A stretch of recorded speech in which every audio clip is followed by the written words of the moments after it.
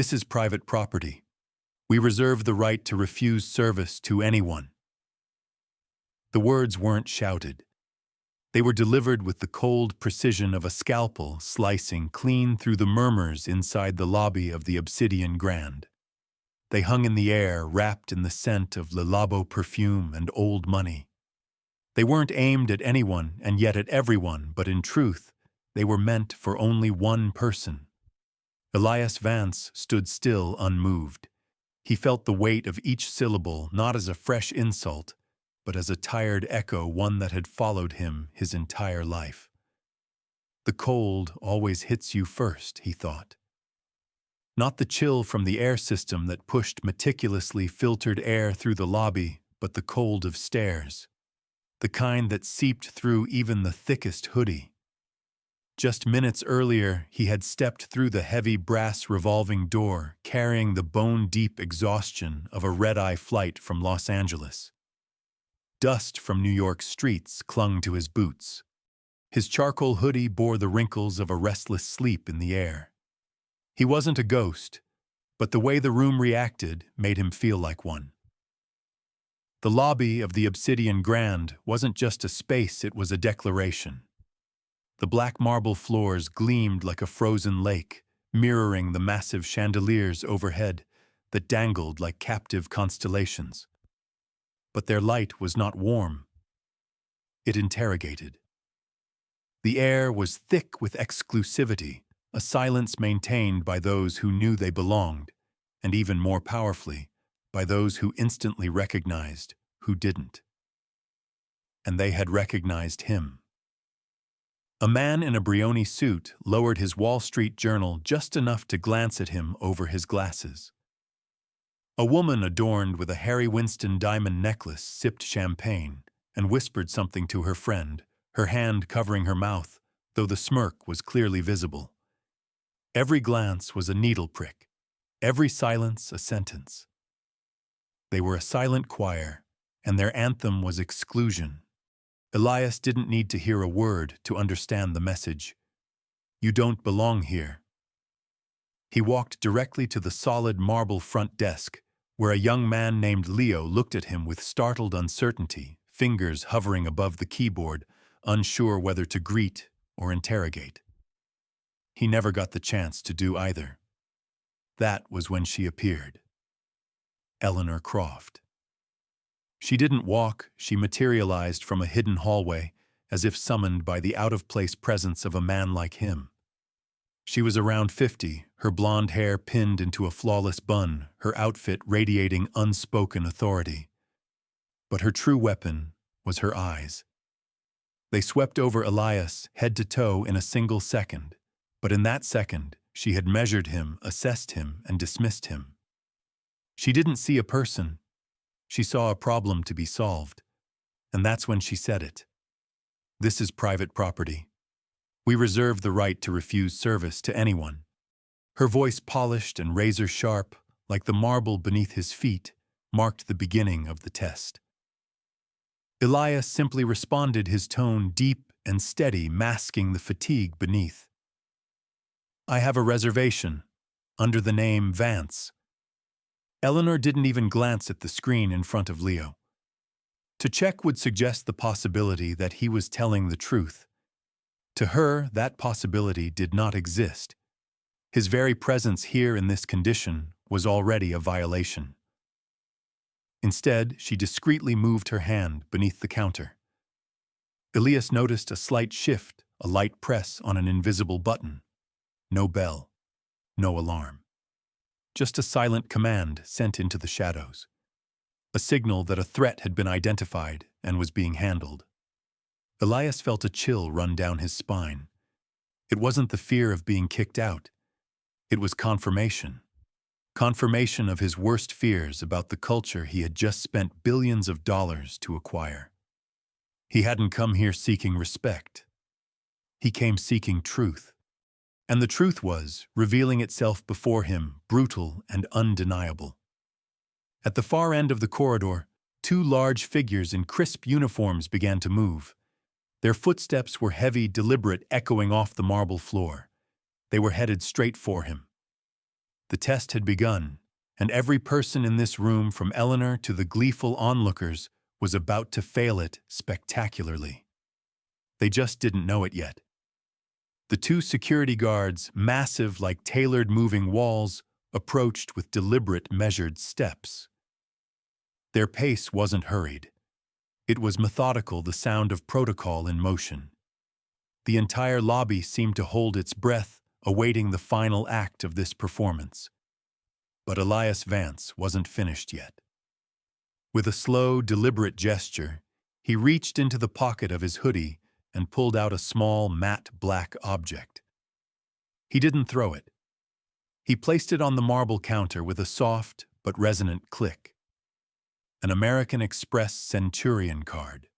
No glittering numbers, no flashy design, just the unmistakable weight of metal and the minimalist authority of absolute power. This wasn't a boast. It was a final test. One last chance for a reason to override prejudice. Eleanor Croft glanced down at the card. For a fleeting moment, doubt flickered in her eyes, but it was quickly smothered by her unshakable faith in her own judgment. A faint, almost pitying smile curled on her lips. Impressive, she said, her tone syrupy and false. The fakes get more convincing every year. That line struck like a blade. It was worse than rejection, it was erasure. A declaration that not only his clothing, but even the ultimate symbol of financial dominance could not possibly belong to someone like him. It cast him not as an intruder, but as a fraud. The whispers in the lobby turned to open chuckles. Passive complicity had transformed into active participation. They were no longer spectators, they were part of the execution crowd. Probably running some scam, a voice muttered from the velvet chairs. Some people just don't know their place. Another chimed in, loud enough for Elias to hear. Elias felt the world around him narrow. He didn't look at them. He looked at Leo, the young receptionist. The boy's eyes were wide-locked on the Centurion card, then up at Elias's calm face. Conflict tore through him. A lifetime in hospitality had trained him to recognize the signs of power and wealth. That card was real. His instincts screamed that something terrible was happening. "Ma'am," Leo began, his voice shaky. "Maybe we should silence Leo." Eleanor's voice was a dagger. A single icy glare from her extinguished any hint of resistance. Whatever conscience Leo had was snuffed out, and with it, his voice. He bowed his head, reduced to a silent accomplice. The two security guards were now directly behind Elias. They weren't aggressive. Their professionalism was far more chilling. It was institutional. "Sir, please come with us." One of them said, his voice flat and emotionless. The other placed a hand gently on Elias's shoulder. The touch wasn't forceful, but it carried the weight of the entire system. Elias didn't resist. He simply inhaled deeply, memorizing the moment, the cold, calculated humiliation. He let them escort him across the lobby, past the gloating faces, the judgmental eyes, and the discreetly raised phones eager to capture the incident. As they passed the front desk, Eleanor's triumphant voice rang out behind him, a declaration for all to hear. "We must uphold our standards." Standards. The word echoed in Elias's mind as the heavy glass doors rotated shut behind him, pushing him out into the frigid New York evening. He was outside now, rejected, expelled. The humiliation was complete. He stood on the sidewalk for a moment, the honking horns and urgency of the city swirling around him. For a brief instant, he was just a black man in a hoodie thrown out of a luxury hotel. A sight too familiar, too routine. But then the shift began. His composure hadn't been submission, it was restraint. And now that restraint was lifting. He pulled out his phone. His face was no longer passively tired. It was sharp-focused and dangerous. He dialed a familiar number. "Sarah," he said, his voice cold and precise, stripped of all warmth. "Initiate Phoenix Protocol." There was a pause on the other end, a silent acknowledgement of how serious the command was. Elias continued, his eyes locked on the bronze logo of the Obsidian Grand above the doors that had just cast him out. "Assemble the entire board. 10 minutes. Emergency session." He paused, a new thought sparking. "And Sarah," he added, his voice dropping into a deadly calm, "get me a live video feed from the main lobby. Right now. I want to see every single face." He ended the call and slipped the phone back into his pocket. He was no longer the victim. He was the phoenix preparing to rise from the ashes of this humiliation, and he would burn the entire system that tried to bury him. Inside the Obsidian Grand, the atmosphere was jubilant. Eleanor Croft stood at the pinnacle of her authority. She had extinguished a threat to the order she had so meticulously built. A regular guest, a Wall Street magnate, approached and gave her a congratulatory pat on the shoulder. "Right decision, Eleanor," he said approvingly. "You can't be too careful with people like that." Eleanor smiled a smile modest enough, though the self-satisfaction behind it was unmistakable. She was basking in the praise for an action she believed protected the sanctity of the Obsidian Grand. But behind the reception desk, Leo couldn't shake the gnawing unease inside him. His manager's voice still echoed in his ears, but the image of that man's unshakable composure and the heavy click of the black card on the marble haunted him more. Tormented by a mix of guilt and curiosity, he did what he should have done in the first place. With trembling fingers, he typed Vance into the reservation system. He almost hoped nothing would show up to prove Eleanor was right, but the screen betrayed that hope. Reservation confirmed. Guest Vance Elias. Room type penthouse suite. The Obsidian Peak. Membership VIP. Apex Tier 1. Notes: CEO level clearance. Finalized acquisition of the Obsidian Grand Hotel Group. Leo's blood turned to ice. He reread the note once, then twice. CEO. Acquisition. His throat dried. With numb fingers, he launched a browser and typed Elias Vance Apex Hospitality. The search results landed like a sentence. At the top, the cover of Forbes magazine, "From Nothing to Billionaire Elias Vance and the Apex Hospitality Empire." The photo showed a black man in a tailored suit, but those eyes, calm, piercing, unmistakable, were the same eyes as the man in the hoodie they had just thrown out. Leo's world collapsed. "Oh God," he whispered, voice cracking. "No way." At that moment, the hotel's heavy brass revolving door began to turn again. Elias Vance stepped inside, still wearing the same hoodie, still in his dust-covered boots. Nothing about his appearance had changed, but everything else in the room had. A dead silence fell over the lobby. Not the judgmental quiet from before this was laden with dread and belated realization. Laughter ceased. Conversations froze mid-sentence. A champagne flute slipped from a guest's hand and shattered against the marble floor with a sharp crash. The guests who had mocked him now averted their eyes, faces pale as if looking directly at him might turn them to stone. Somehow they knew. Some primal instinct registered a sudden shift in power, and with it the crushing awareness that they had made a terrible mistake. Eleanor, still facing away from the entrance, didn't realize it immediately. She only sensed the sudden shift in atmosphere. She turned around, ready to scold whoever had disrupted her scene, and then she froze. Elias didn't go to her.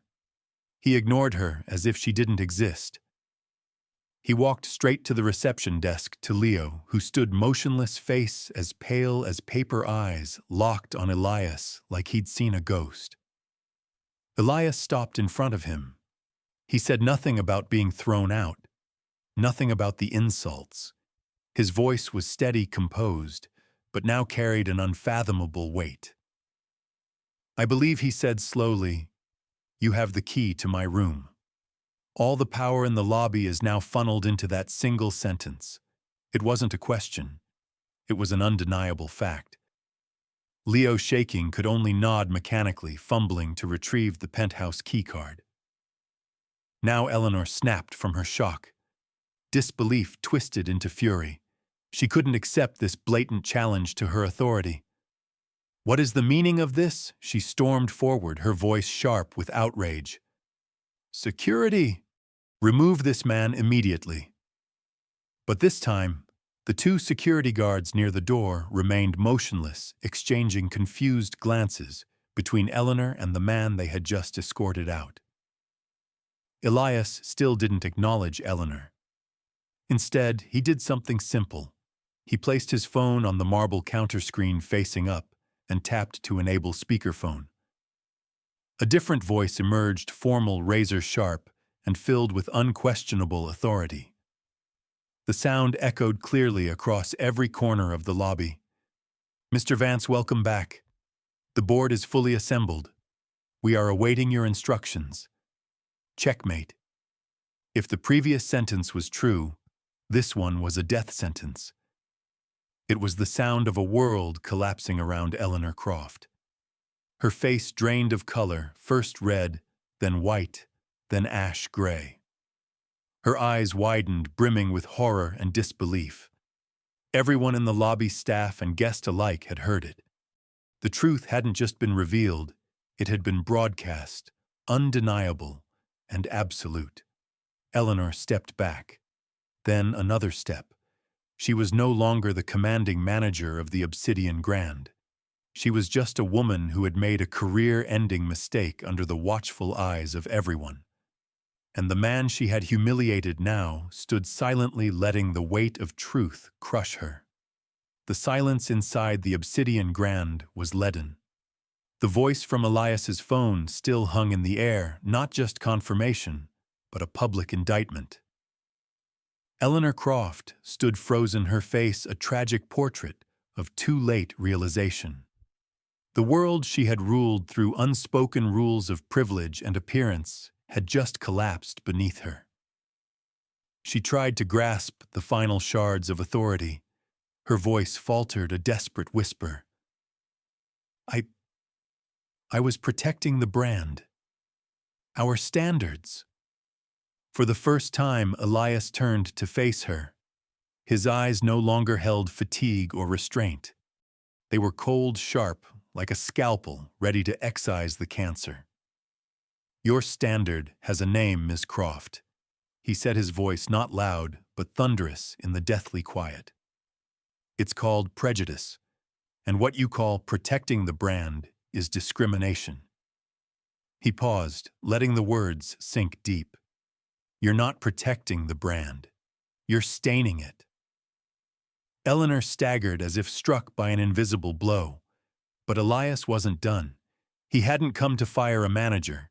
He had come to dismantle the system that produced her. He turned to Leo, still pale behind the desk. "Leo," Elias commanded, his voice now firm and resolute, "pull up the guest complaint records from the last 12 months. Filter by staff handler Eleanor Croft. Display them on the main lobby screen." Leo, like a trembling automaton, obeyed. On the giant screen that normally cycled through the hotel's glamorous marketing visuals, a list began to populate. Line by line, complaints appeared, stories of last-minute booking denials, ignored requests, and thinly veiled insults. 17 entries. 17 red flags the system had ignored. Then Elias did something even more ruthless. He turned away from Eleanor and addressed the silent figures of the hotel, the housekeepers, bellhops, servers, those who had seen everything but said nothing. His voice softened, yet it remained commanding, now extending an invitation instead of issuing a decree. "Has anyone in this room," he said slowly, "ever been made to feel small, invisible, or unwelcome by Ms. Croft? Has anyone been disrespected just for doing their job?" He looked them in the eyes one by one. "This isn't a trap. This is a moment. Now is the time to speak. A long pause followed. Fear had burrowed deep, but then a hesitant hand rose from the back. Maria, a Latina housekeeper who had worked here for 15 years, every eye turned toward her. She poured an entire cup of hot coffee on the floor, Maria said, voice trembling, but clear just because she didn't like the way I pushed my cleaning cart. She said people like me dirty her space. Tears welled in her eyes. Maria's story was the crack in the dam. A young server spoke of being screamed at over a broken plate. A bellhop recalled Eleanor calling him lazy in front of guests. The opulent lobby of the Obsidian Grand transformed into a courtroom where the long-silenced finally found their voices. The pain wasn't Elias's alone. It was shared by those who had built this luxury with their hands, only to be treated like invisible tools. And just then, as if orchestrated by a master director, the revolving doors spun once more. But this time it wasn't an uninvited guest. It was the press. Cameras, flashes, microphones, Sarah had done her job. This was no longer an internal issue. It had become a national story. The hashtag #Obsidian Grand Reckoning began to trend at lightning speed. The humiliation now belonged entirely to Eleanor. She stood alone, encircled by accusations from her staff and cameras capturing her fall. Elias stood beneath the flashes without flinching. He didn't need to shout. He only needed the truth. Effective immediately, he declared, his voice echoing across the lobby and through the airwaves. Ms. Eleanor Croft is no longer an employee of Apex Hospitality Group. He paused, eyes locked on hers. And any policy that enables a culture where dignity is judged by bank account or skin color will be abolished. Here and at every Apex-branded hotel, there will be only one standard, unconditional respect. Then he did something no one expected. He turned to Leo, who had stood in stunned silence throughout. "You hesitated," Leo Elias said loud enough for all to hear. "In a room full of people certain in their bias, you showed doubt. You tried to speak. In that silence, it was an act of courage. That's where change begins." He looked Leo straight in the eye. "I'm appointing you interim general manager of the Obsidian Grand. Your job isn't to fill rooms. Your job is to rebuild the soul of this place. Don't let me down." Tears welled in Leo's eyes. He nodded silently. It wasn't a reward, it was a weighty responsibility. But in that moment, a spark of hope ignited in the ruins of a broken system. A week later, the Obsidian Grand was a different place. The story of Elias Vance had become industry legend. The video of the reckoning had racked up tens of millions of views. Eleanor Croft had vanished from public view, a cautionary tale of unchecked power imploding on itself. The change wasn't just in headlines. It lived in the hotel's very air. A new bronze plaque, simple yet powerful, now hangs at the entrance beside the chandeliers. It bore no logo, only these words: "Dignity is the ultimate luxury." Leo, dressed in the sharp suit of a general manager, stood confidently in the lobby. The timidity was gone. He now carried a strength born of responsibility. He personally welcomed a family, a father in a wheelchair, a mother, and 2 children. He bent to meet the father's eye, smiled, and said, "Welcome to the Obsidian Grand. It's our honor to serve your family." The word "serve" now held an entirely new meaning. In a quiet corner, Elias sipped coffee and observed. He no longer needed anonymity. Staff who passed him nodded with genuine respect, not fear. They didn't see a CEO. They saw a man who stood for them. He caught Maria's gaze. She smiled a smile free of fear. Elias nodded in return. That was all that was needed. His phone buzzed. It was Sarah. "Sir," she said, "the board has approved the acquisition of the Beaumont Hotel Group in the South. The audit shows similar complaints about internal culture. There was a pause. Elias looked out the window at the bustling city beyond. He could have handed this off, could have stayed in his office and managed from a distance. But that wasn't who he was. The battle didn't end at one hotel. He smiled a smile filled with resolve. "Book me a flight to Charleston, Sarah," he said. "Commercial, economy class." He paused one beat before finishing and bring the old hoodie. Fade to black. The fight for dignity wasn't a one-time event. It was an unending mission. And somewhere in a luxury lobby down south, a manager was about to have the worst day of their life. The journey of Elias Vance had only just begun. This story reminds us that dignity isn't defined by appearance, and true respect is shown when no one is watching. Eleanor's mistake was judging a book by its cover. Leo's hesitation proved that conscience is the seed of change. Each day we face a choice to uphold hollow standards like Eleanor's, or to fight for human dignity like Elias's. If this story moved you, if you believe dignity should always come first, help us spread the message. Like this video, share it with friends and family, and don't forget to subscribe to Talk Story so you never miss the next inspiring tale. Every interaction is a voice added to the call for a kinder, fairer world. Thank you for listening.